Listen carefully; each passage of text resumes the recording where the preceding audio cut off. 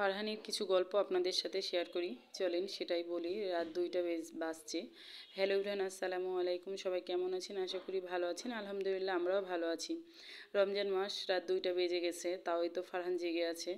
ফারহান প্রায় ছোট থাকতে, জন্মের পর থেকে এরকম করে জেগে থাকতো, কান্নাকাটি করতো, জ্বালাতো। তখন কিন্তু বুঝতে পারতাম না যে আসলে আমার ফারহানের কোনো সমস্যা আছে কি না। আদৌ মনে করতাম হয়তো বা ছোটো ফারহান, তার জন্য হয়তো বা এভাবে কান্নাকাটি করতেছে, কিন্তু আসলেই না, ওর যে সমস্যা অনেক দেরিতেই বুঝতে পেরেছি, অনেক দেরিতেই জানতে পারলাম। ওর ট্রিটমেন্টটা যদি আরও আগে থেকে করতে পারতাম তাহলে হয়তো বা আমার ফারহানটা অনেক ইমপ্রুভ হয়ে যেত।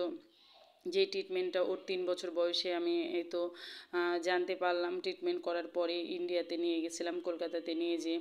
ওর হাইপার অ্যাক্টিভিটিটার বেশির জন্যে ওর জেদটা অনেক বেশি। আর এই জেদটার কারণে এই তো প্রায় রাত 2টা 2:30 বেজে পার হয়ে গেছে, 3টা 40 বাজতে যাচ্ছে, তারপরেও ফারহান ঘুমায় না। এখন উঠে বসে গেছে, হাতে ললিপপ নিয়ে আছে, চিপস দিয়েছি। ও যদি বলতে পারতো যে আসলে নির্দিষ্টভাবে যে কী নিবে, কেন কান্না করছে বা কিসের জন্য কান্না করছে, তাহলে হয়তো বা ওর সেটা সমাধান করা যেত। ও কিছুই বলে না, ও একা একাই বকে আর একা একাই মানে কান্না করে, এটাই হলো সমস্যা।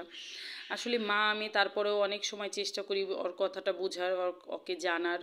তাহলে হয়তো বা আমি মনে করি যে তাহলে ফারহান হয়তো বা শান্তি পাবে, বা আমি মনে করি যে ফারহান একটু আরাম পাবে। কিন্তু আসলে ও কিছু বোঝানোর মানে মতো ও বোধ বুদ্ধিটা এখনও আসেনি। ওর 3 বছর 8 মাস চলছে, ওর বোধ বুদ্ধিটা এখন ওভাবে আসেনি।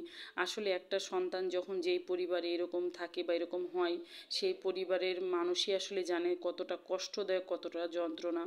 তারপরেও আল্লাহর কাছে সবসময় চাই যে আল্লাহ যেন সুস্থতা দান করে, আল্লাহ যেন আমার ছেলের ব্রেন বুদ্ধি দেয়।